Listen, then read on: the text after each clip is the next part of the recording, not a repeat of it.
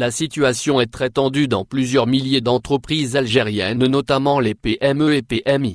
Ces entreprises de petite taille ou de taille moyenne ne résistent pas aux conséquences désastreuses de la pandémie du Covid-19 qui a provoqué un arrêt presque total des activités économiques et sociales en Algérie depuis presque 4 mois.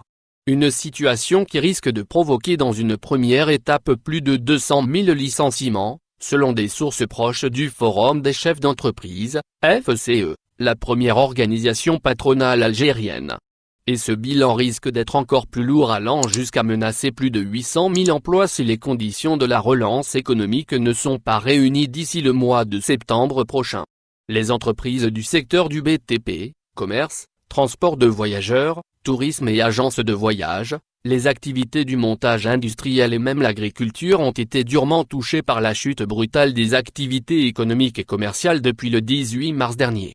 Face à cette situation, le FCE a dressé un rapport interne dans lequel il a communiqué à ses adhérents et membres, 4000 entrepreneurs déclarés, des mesures urgentes pour gérer les risques de la faillite.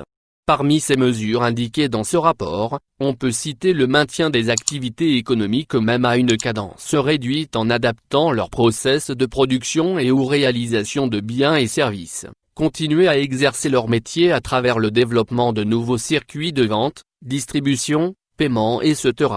Par ailleurs, pour préserver les emplois, le FCE a identifié quelques solutions pour éviter, ou du moins retarder la catastrophe, à savoir les licenciements collectifs et massifs. Il s'agit de maintenir des activités même à un niveau bas, sauvegarde des emplois à travers le recours à des mesures de réduction du temps de travail, instauration du travail à temps partiel et même par la suspension temporaire de la relation de travail avec toutefois, l'octroi d'une rémunération réduite à même de garantir aux employés des moyens de subsistance. Le rapport du FCE appelle également les entreprises et leurs patrons à envisager une reconversion du personnel vers d'autres activités pour éviter les licenciements secs.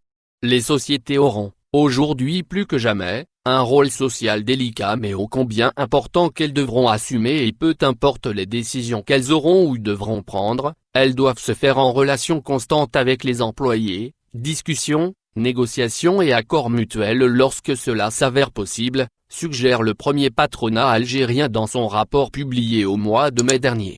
Le patronat algérien demande également aux employés de faire preuve de solidarité et de flexibilité. Il est important en ces circonstances très difficiles, dans la contribution aux efforts de l'entreprise.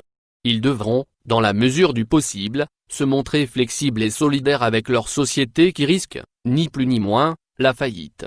Selon le FCE, les employés devront accepter, le cas échéant, des mesures de réduction du temps de travail, instauration du travail à temps partiel et même la suspension temporaire de la relation de travail.